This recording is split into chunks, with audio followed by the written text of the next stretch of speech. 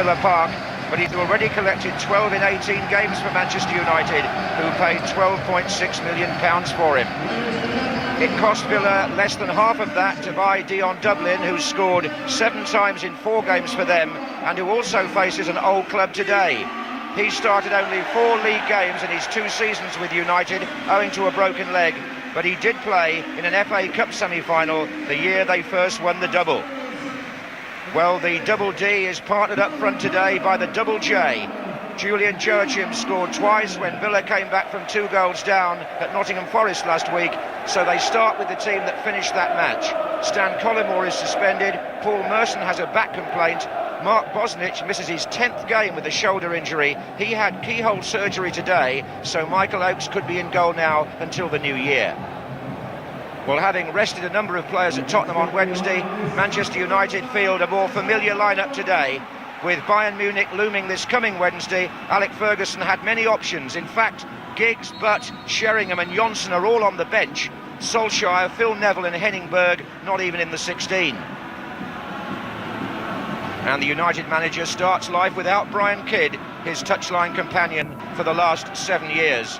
That means promotion today anyway for reserve team coach Jim Ryan, who spent 7 years at Old Trafford himself as a player in the 60s before joining Luton Town. That's a huge kick by Peter Schmeichel, headed back by Southgate. This is Wes Brown to Keane, on to Cole. Andy Cole quoted in this morning's press as saying it's calypso football that he and Dwight Yorke are playing now. Dublin's header, Joachim, Julian Joachim for Villa.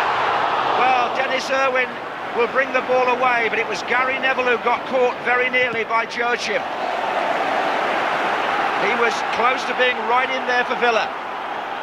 Gary Neville here is the defender, but Joachim, well, didn't quite get the contact on the ball.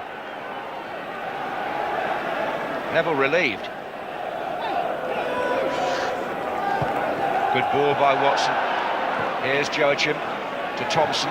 Barry joins the attack. Wright is outside him if he needs him. In it goes to Taylor and then to Thompson. Oh, that was blocked by Roy Keane. It's a corner. Thompson really middled that with his left foot. Surely!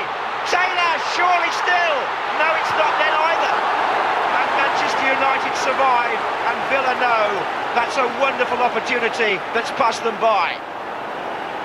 Well, Lee Hendrie figuring in the best chance of the match for Aston Villa. Joachim got the ball in. Hendrie here tried to beat the extra man. It came off Stam, and then Taylor got involved, and neither he nor Hendrie could finish it.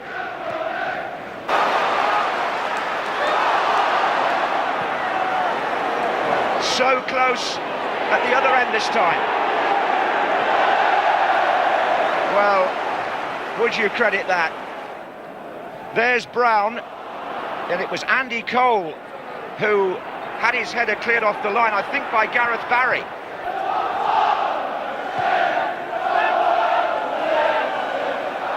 There's Gary Neville. Keane to Brown. That's a good-looking ball by Wes Brown. It's Andy Cole behind the defence. Giggs is coming racing in from the far side. Yorke is further back.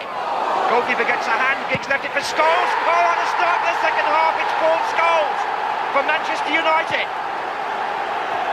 And their supporters behind that goal in raptures here. The 2nd minute of the second half. And Manchester United breached the Villa defence, and a great ball to start it by Wes Brown. He put Cole away down the right-hand side. Giggs was coming in from the left, and Dwight Yorke was there as well. It's a palm here by Oakes, which diverts the ball. Giggs leaves it, and Paul Scholes fires it in. I bet he wishes he'd done that when England played Argentina when he was in that position. This is a fine finish by Scholes. Keeps it down and drives it firmly past the defenders and the goalkeeper. 1-0. The Premiership leaders trail now, and if it's Aston Villa have equalised. Schmeichel deceived by the flight of the ball, and suddenly it's 1-1. minutes after going behind. Aston Villa are level, but there was a definite deflection on this. It's come off Denis Irwin, I think, from Joachim, and Schmeichel had to stand there and watch the ball go over his head. Joachim claims the goal after scoring twice last week, and Villa are right back in it.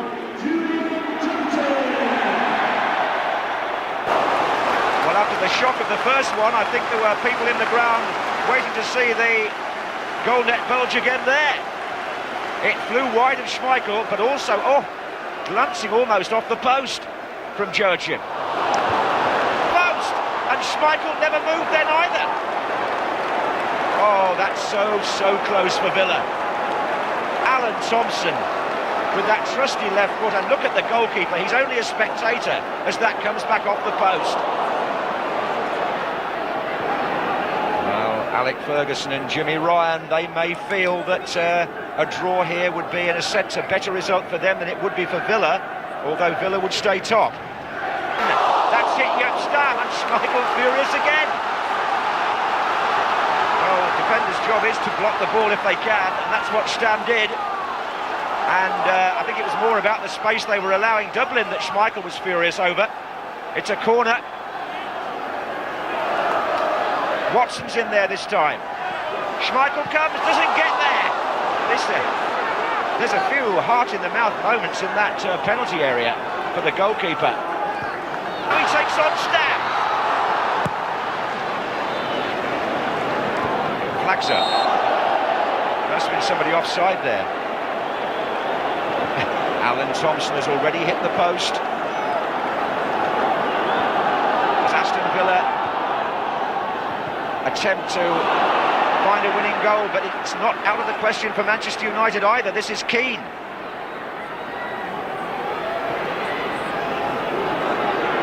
Beckham. And now Wes Brown. Not a bad ball either. Giggs is there. Keane. Scholes! Good save by Oakes. To put fire extinguishers on the pitch to cool it down after that second half. It was incessant action. Paul Scholes, who ignited it really with a goal just after half-time. And then the equaliser, Julian Joachim, with a shot that spooned up over Schmeichel. And so, at the end of it all, Aston Villa remain 1 point ahead of Manchester United. I suspect Alec Ferguson, in the light of all the other commitments at the moment, won't be displeased today. And nor really should John Gregory be. They both gave it everything, the two sides here, and it finishes to warm applause around the ground, and Dwight Yorke's revisit to Villa Park ends all square. Aston Villa 1, Manchester United